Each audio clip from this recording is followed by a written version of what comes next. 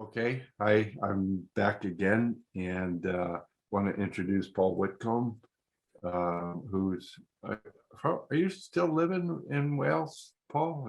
I know you're originally from, Yeah, originally from Wales, born in a valley town called Tredegar, brought up in a little mining village called Cwm, which translates to valley in English. yeah, But my parents moved here on my 8th birthday to Bournemouth in the UK, in the south coast of England. yeah. So I'm now 53. So I've pretty much been here since I was 8 in England. I see. Family is still in Wales. My brother and sister still live there, and my nieces and nephews, and apart from one who's in China. Yeah, yeah. Well, welcome. And I just about this note that uh, Paul has done different trainings with me, and more recently has been in this extended, what we call the Creative Mind course. That's been what we meet next week for our final of many modules. So that's where I know Paul, and I was visiting with a small group, his small group in the course, and what he was talking about. I thought that he might be good to invite here. So that's how you come here through me. Yeah. My connection with you, Paul. Thank you. Anything else you want to introduce about yourself here? You don't have to, but I just want to give you an opportunity if you're so inclined. I'm a mental health nurse, psychiatric nurse working with child and adolescents. That's very challenging. I've worked in a variety of settings with that. I've always had an angle on the therapeutic side since a very young age. So yeah, working with the NHS. I've got a job in New Zealand, so I'm due to emigrate, but I feel stuck in limbo land. I started the process in August 2020, and I'm still here, and I don't know when I'm going, but I've got a job. The employers keep good contact. They say, we can't wait for you to get here, but my expression of interest has been with the Immigration New Zealand now for 7-8 weeks, and I've still not heard anything. So I didn't know that. I haven't been to New Zealand, but all I hear is wonderful things about it.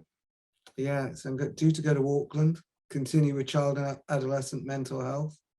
Awesome. Wow. Yeah, it's been a process. Yeah. It's I didn't think I'd finish the Creative Mind 1 course here in the UK. I thought I would be finishing it over there, but I'm still here. So things happen for a reason, maybe. Hopefully, at least we can find a good response to whatever does happen. So usually, in work, somebody comes in and just do a couple minutes of social talk just to kind of start to settle in and settle down. And then often they say before we shift into any conversation about what you'd like to accomplish, maybe we could just take a few moments to breathe, settle down, sort of feel this is sort of a relaxed attunement. Let go of anything that doesn't need to be here. A few deep breaths.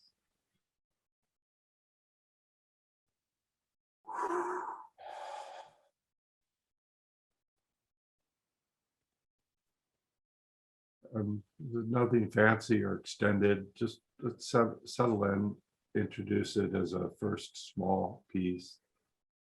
And then often next step is just generally, tell me what would be great for you to be able to experience or accomplish or achieve here in the work today. So if there's one thing, if you walked out of here today, that you say, that was really good. I think I have a really much more positive connection to that. What would be most meaningful? Do you Um, well, the one thing that's been coming to me, and the one thing that I've touched on for quite a long time, is bringing my voice into the world. When I read The Hero's Journey, and the goal and what it is that you wanted to create or bring, it was, I want to sing my soul alive. And that when it comes to singing, I shut down. Singing, you mean actual singing? That's one of the reasons, that's one of the things, it's bringing my expression, I think, how I can express myself with my voice. Great. And I'm talking to the community who's listening at large. Remember I said we think of 3 types of human languaging: music, poetry, literality. And for Paul to be able to make that dream, I want to bring my voice, I want to sing my song. It will be important that he feel the musicality of it, where it resonates in his body, where it touches him, and then the poetry, the many, many different images or creative ideas about how to do that. I want to point out that I'm not diagnosing you or anything, but just pointing out that a couple things is that each time Paul talks about that, you may notice his eyes go up and to the right, which sort of represents some learned, usually unconscious ways. When I start to think about what I want, I sort of dissociate from my body. I sort of go off into the virtual world. And from that virtual world, you may imagine what you want, but you won't feel the embodied power to make the dream come true. And you're nodding your head to that, Paul. Anything you would say about that? I can sing. I'm Welsh. I should be able to. So there's not many Welsh people that can't sing. I've been told by many people that I should sing more in public, and it's not just singing. I learned to keep myself quiet over the years.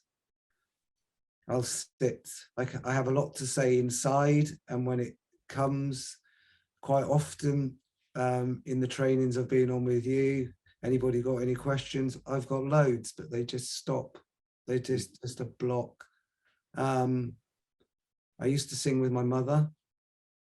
She had a great voice, but it's something that I do privately into myself. And I'm getting really hot now, and hands are really sweaty talking about it. Welcome. Ooh. Boom, boom. So you see that when Paul or any of us starts to talk about an important goal, we've got all these ways to get worried, to dissociate, to disconnect, or we stay connected. We feel like it's like really hot. So here's where and why a general trance or some general presencing would be good, so that we have this sort of experiential ground. So when you tune to that interest, I really want to bring my voice, sing my voice, have my voice be heard in the world, that intention can be sort of resting, and that feeling of connection to yourself and connection to the whole world, for that matter. So this is a general discussion about the intention, and this can now lead to how do we find that centered, open, aware, connected positively, hospitable and welcoming to all that's there. I just named the acronym letters COACH: centered, open, aware, connected positively, hospitable and welcoming. Say, how can we open that state? And usually the most helpful things are, Paul, when you really need to get into a positive state, you're mentioning a little off camera that you, because partly because of COVID, you've had, like most of us, a lot more alone time.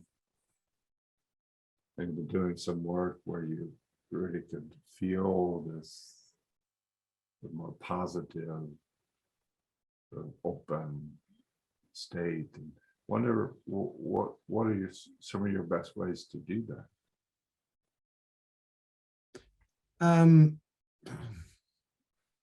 I've developed lots. Breath is a good one, just following the breath in through where I've done meditation practice and lots, but sometimes just feeling my body. Great. I like to feel my weight. Great. So we want to shift from talking about it to experientially dropping each of those dimensions through the mind body, slowing it down, feeling how we can move it through the breath. And this is a sort of a hypnotic induction, but it's not me artificially ordering Paul into a trance. It's inviting him to unfold the way that he already knows how to go into a positive trance-like state. So if you can pick one of those experiences, breathing, settling, and maybe walk me through it a little bit. So as I'm sitting here right now, I'm noticing that I'm gently clenching my toes and then letting them go and relax, just to bring an awareness to my feet. So let's pause. And you, as the practitioner, you want to gently join and be able to be supportive of that without trying to control anything. So the feeling of all the way down into your bones, a bit of tensing and releasing, tensing and releasing. And what happens next, Paul?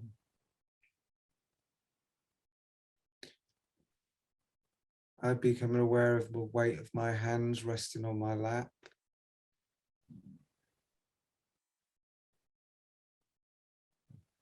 As the practitioner, I just want to enter into a connection with Paul by supporting that and the feeling of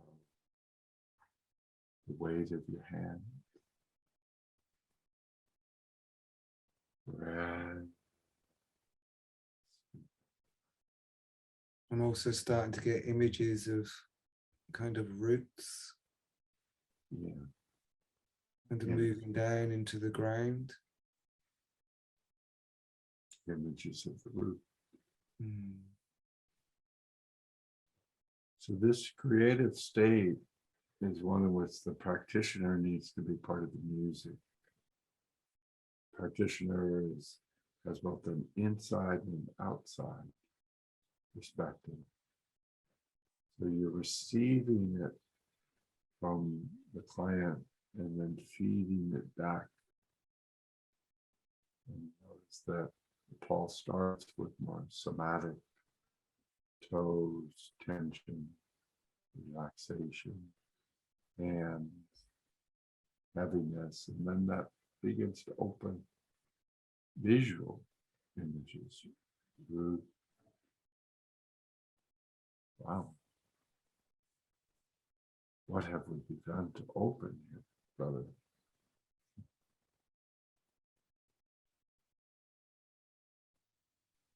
Let's just take a few moments to breathe with that.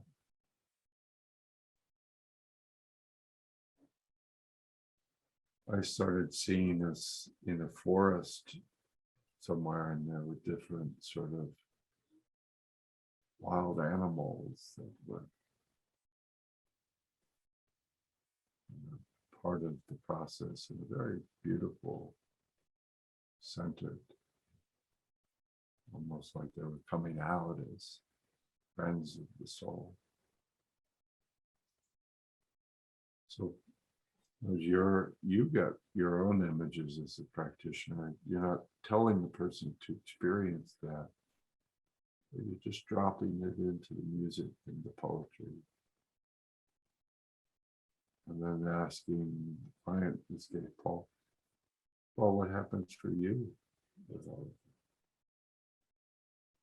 of Well, I can see myself looking at the sea from a position sat on a beach very familiar to me, which is about 10-15 minute walk from where I live.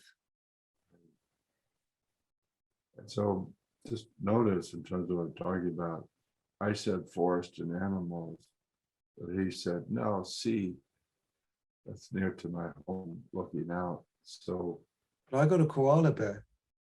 I go out there. When you talked about where a koala bear showed up. Yeah, It's not New Zealand, that's Australia. What's that about? that's Australia. Yeah, I was gonna say I don't think they're in New Zealand, but you might find them. Who knows? But brother or sister koala bear joined the conversation. It's good to see. Yeah, beautiful. See, beautiful feeling of the relaxed body. The beautiful presence of the roots into the earth. So this is sort of a poetic place where we're just sort of having this open presence and feeling the feet, the image of the koala bear, the sight of the sea, maybe the smell of the sound.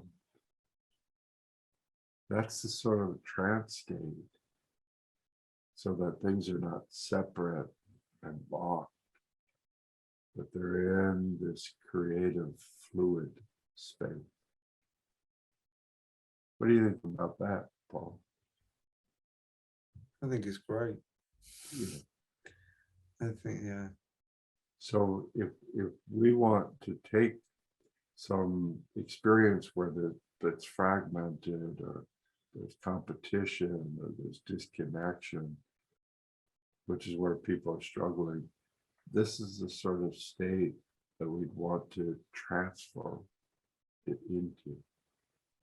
Where they're all there, they all have their place, they're all sort of moving fluidly. And then we can find out what relationships they can be in harmony. So this is the first level, as I say.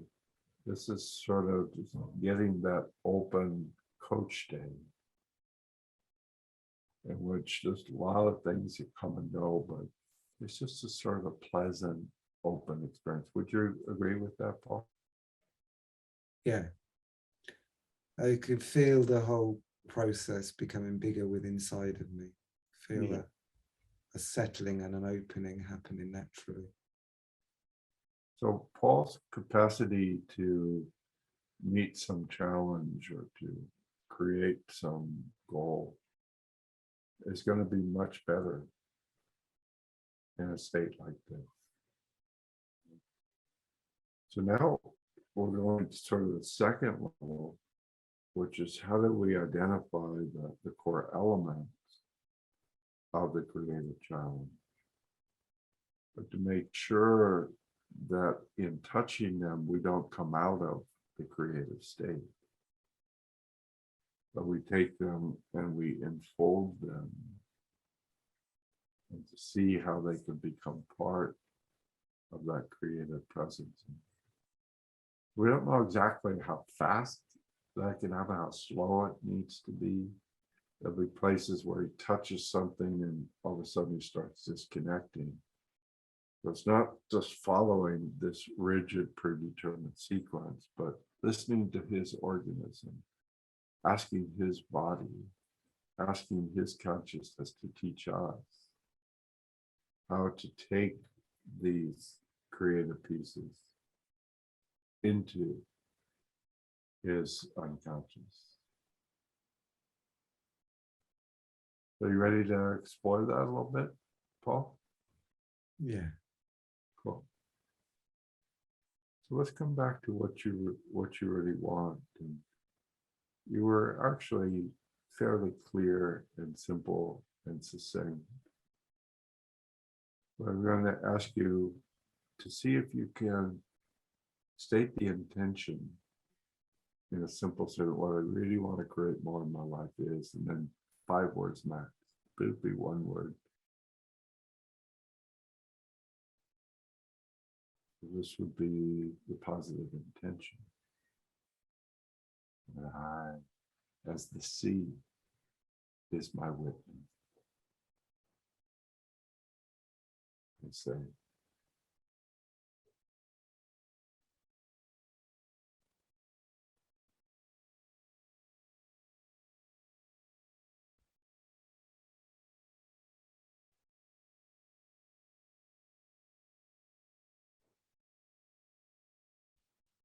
What I really want to create in the world is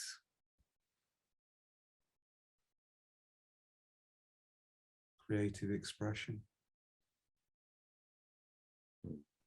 feel, and you've noticed that last part, creative expression. You might notice the sort of the energy starts coming up a little bit. But here's where you might add a simple movement, almost like a slow Tai Chi creative expression. What that would look like is what we call a somatic model, slow physical movement. So that as you connect with it, it doesn't, you don't dissociate from your body, but you actually use.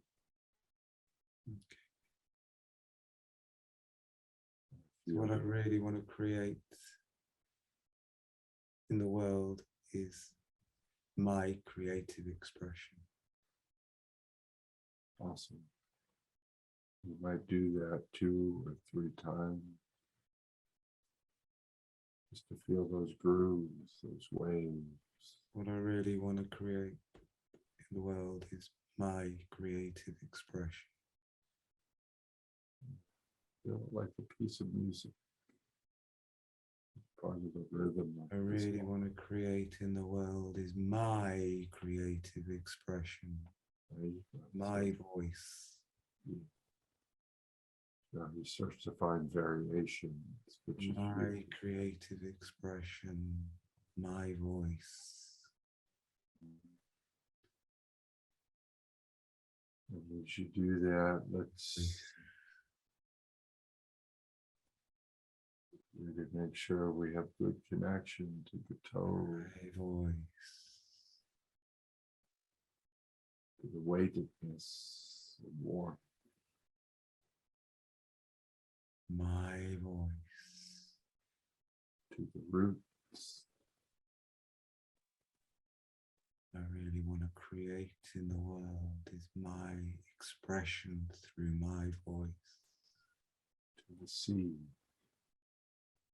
To the song. Even to the koala bear. He's cheeky, this koala bear. Yeah. He's got a mischievousness about him. Yeah, well, they sleep more than cats, though. You know, I think they're only awake 30 minutes out of the day. So what happens when you do that? So what the point is, if he takes this intention and uses it to deepen and differentiate and complexify. I'm feeling a sense of wanting to burst through my stomach, through my there's like an energy pressure. Each time my hands go in and out, it feels like something wants to jump out into the world. And by the way, it's sort of implicitly pointing to where he feels the block or the obstacle. You know, historically, when I've already thought I want to speak my thing, something locked in the stomach begins to contract and pull him back. Not so fast, pretty. Now I'm burping. Sorry. I said, now I'm burping. Wow. I was just in China. That's the home of the burpers. Oh, They just rip off those burps, you know.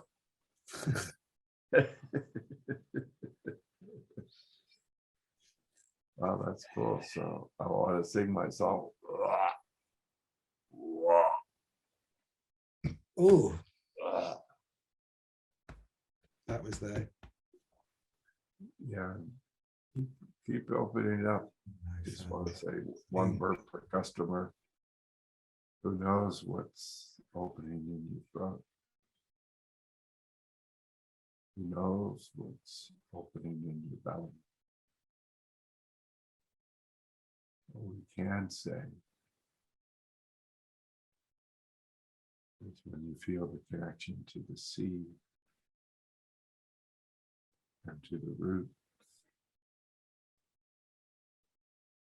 to the form, to the feet, and to some of the great songs of where. Let it wail. Let it wail. Beautiful wail. Whales everywhere. You look, dolphin, whale, whales of the time. I just had a more detailed memory, something that I've always remembered, but not as deep. When we first came to Bournemouth, we went to the pantomime where these Christmas shows, they're fun, and one was based on a TV show. Every time they said a word, we had to shout it out. Yeah.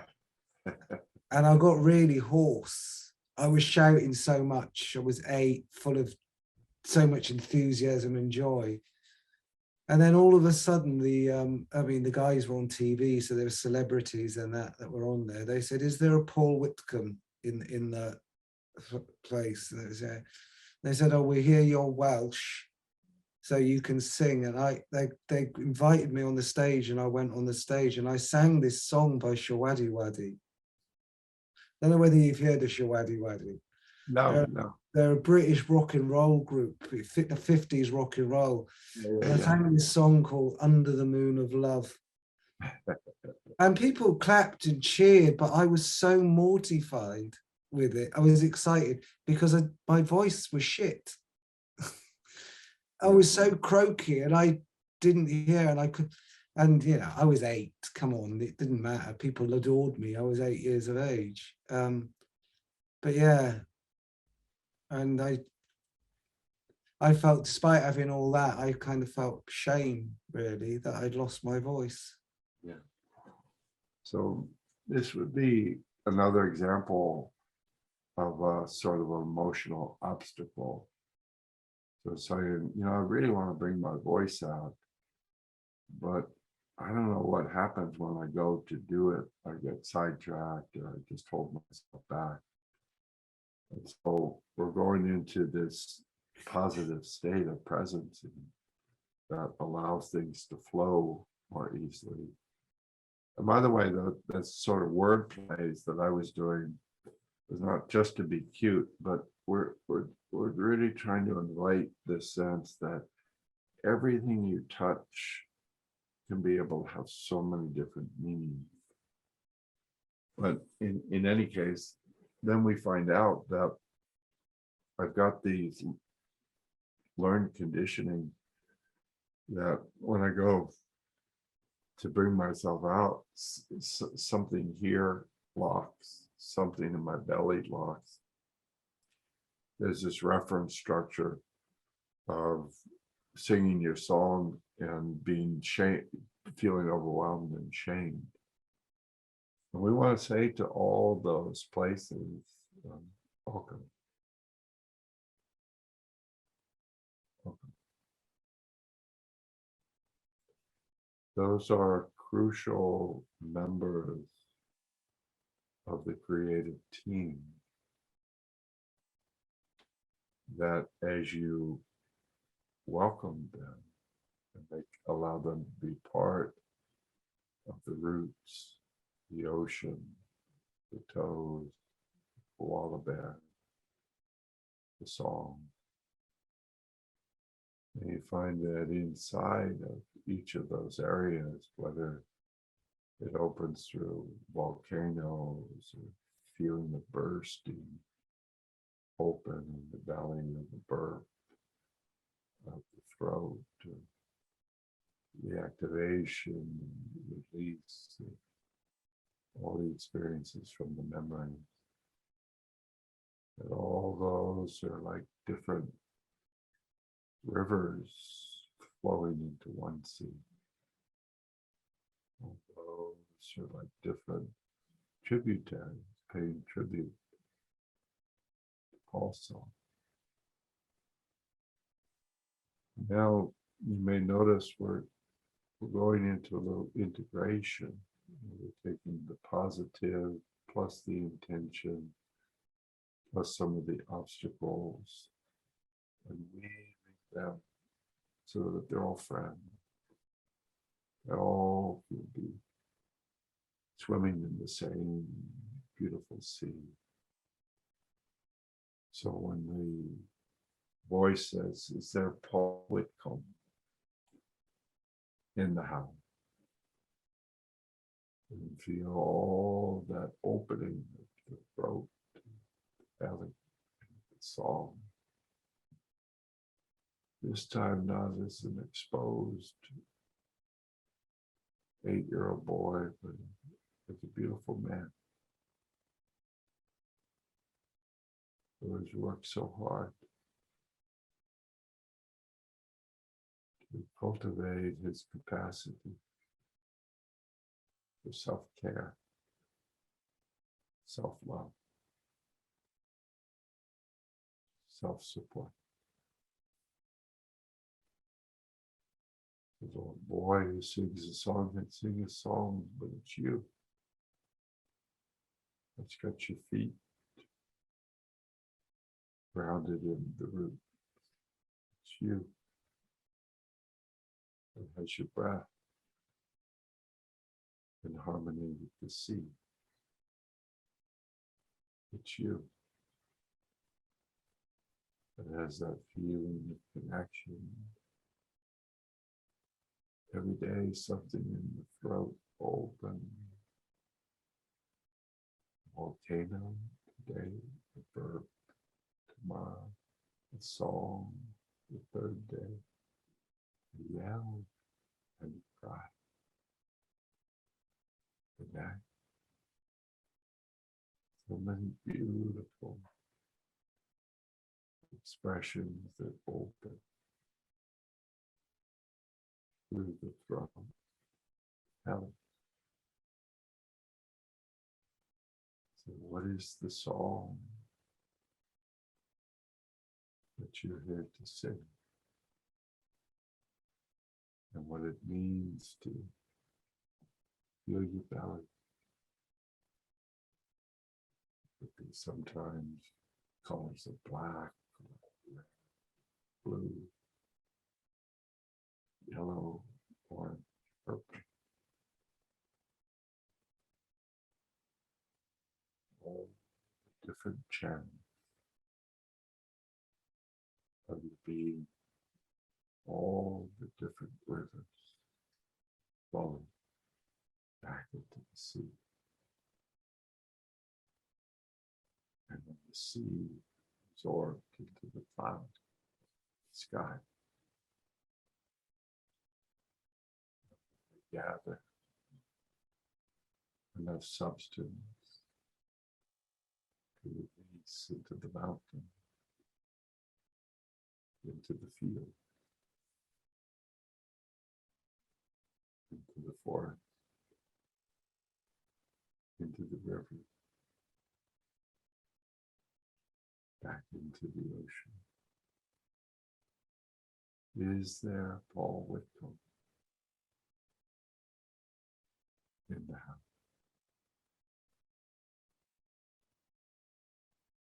Can you listen to his wail? The soul in his wail. And the rhythm underneath. That's one song, one lyric, one stanza, one breath. After the next. Whew. And an owl comes forward. Whoo, whoo, Wow. whoo, whoo. Wow.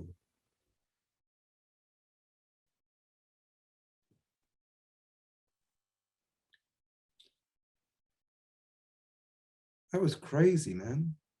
Yeah. There's a thing called love.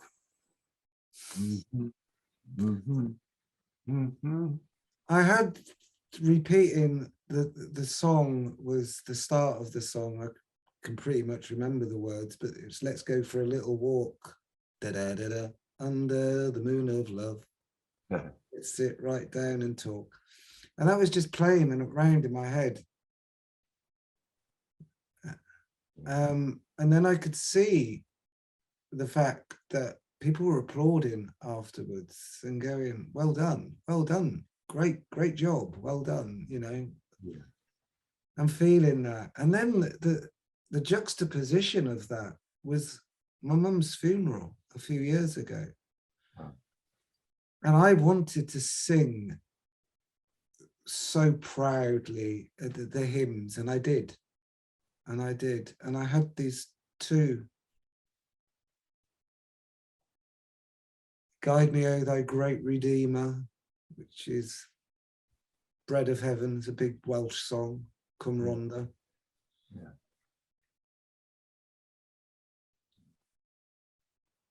And then at the end, a song that has been a lot, especially during Creative Mind in some of the things, which is a song that really speaks to me about what the work that you do is, and this work.